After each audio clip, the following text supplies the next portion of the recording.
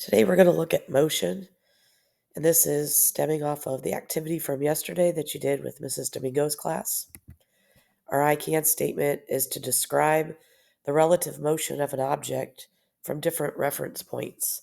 So yesterday you looked at the reference point of somebody that was in the chair throwing the ball. You looked at reference points from somebody who was watching the chair move away, from someone watching the chair come close to them, and a reference point from somebody standing along the sidewall watching as you went by. And the motion looked different depending on which reference point you were looking at it from. First, we'll define motion as the state in which one object's distance is changing from another. So if an object's distance is changing, we would say that the object's in motion. So right now, the distance from your chair is not changing, so you are not in motion. But the car driving away is increasing its distance from you, so it would be said to be in motion. This isn't in your notes, but if you take a look, you've got the plane, and from the reference point of the plane does not appear to be moving because the people in the plane are moving along with it. Their distance from the plane is not changing. However, the skydivers do appear to be moving. They appear to be moving away because their distance from the plane is definitely increasing. A point on the ground would appear to be moving away from the plane as well. If you're the skydiver and you're falling through the air, the plane appears to be moving away. The skydiver next to you does not appear to be moving because you guys are moving together, and your distance from each other is not changing. The ground, however, does appear to be moving closer. If you're a person on the ground, the plane appears to be moving through the sky. The skydivers appear to be moving closer to you, and the ground does not appear to be moving. So the point here is just to show you how motion can be relative. It all depends upon your reference point. Let's practice. Here we're looking at motion on a graph. So the graph below shows the position of a car in motion along an east-west road over a period of 10 minutes.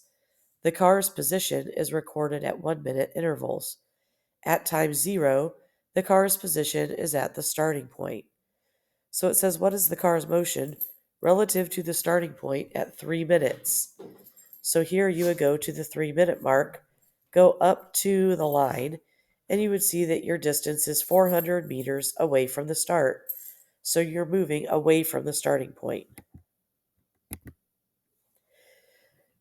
Part B says, what is the total distance traveled by the car after 8 minutes? So you would go to the 8-minute mark, go up to the line, and we have to travel the distance. From 0 to 1 minute, the car does not move. It stays at 0. At 1 minute, it starts to travel away, and it travels a total of 600 meters in the first 4 minutes. From 4 minutes to 7 minutes, the car stays at the 600-meter point, so it does not go anywhere. Then we travel during the 7 to 8 minute, we travel 200 meters from the 600 back down to the 4. So if we take into consideration the 400 meters, we traveled from seconds 1 to 4, and the 200 meters we traveled from seconds 7 to 8, we get a total of 6 or 800 meters.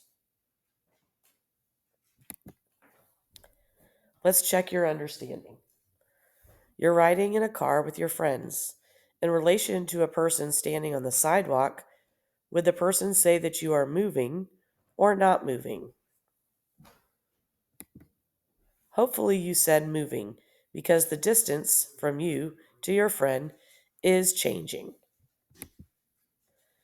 How about you're riding in a car with your friends? In relation to the driver of the car, are you moving or not moving? In this situation, the person driving the car would say you're not moving because your distance relative to the driver is not changing. You're both moving together. Let's look at speed.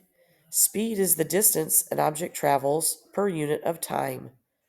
So we can come with a formula that speed is distance divided by time. If we talk about a speed like 60 miles per hour, miles would be your distance, per is your divided by, hour is your time. So that's telling me that you're going 60 miles in 1 hour's worth of time. The unit of distance is always going to be something in meters, kilometers, feet, miles, and units of time can be seconds and minutes or hours. Speed is usually not constant, it's increasing and decreasing. So many times we'll say the average speed is the total distance that you travel divided by the total time. Let's look at a practice problem. A football field is about 100 meters long. If it takes a person 20 seconds to run its length, how fast or what speed are they running? So to do this, we'll take our distance divided by time, 100 meters divided by 20 seconds, where 100 meters is our distance and 20 seconds is our time. Our answer then is 5 meters per second. Velocity is speed in a given direction. So basically, speed with a direction attached. For instance, 300 miles per hour eastward. An aircraft carrier traveled 4,727 kilometers east in 83 hours. What was the velocity? To find out, we'll take our distance of 4,727 divided by our time, 83 hours. And we get a speed of 57 kilometers per hour. To get our velocity, we add a direction. Since it said it was traveling east, we add east to our speed. Acceleration, then, is the rate at which the speed or velocity changes. It's referring to an increasing speed or a decreasing speed or changing direction. So to calculate acceleration, we would take the final speed minus your starting or initial speed. That's giving you your change in speed over time. And we'll use the units of distance over time squared. Our practice problem: while drag racing out of our school parking lot, I time myself at a speed of 40 meters per second, 7 seconds after starting. What is my acceleration? To do this, I need my change in speed, which would be 0 to 40, divided by my time it took to do that. I get an acceleration of 5.7 meters per second every second. So that means my speed is increasing by 5.7 meters each second that I go. Let's try this one. How far does Sam have to travel to go to school? So I need to look at the distance on the y-axis. As I look at the distance, I see that each line is increasing by 0.2. So I'm going to go 0.2, 0.4, 0.6, 0.8, 1 kilometer, 1.2. So if I travel the entire distance from 0 all the way to the 20, I am now at 1.2 kilometers.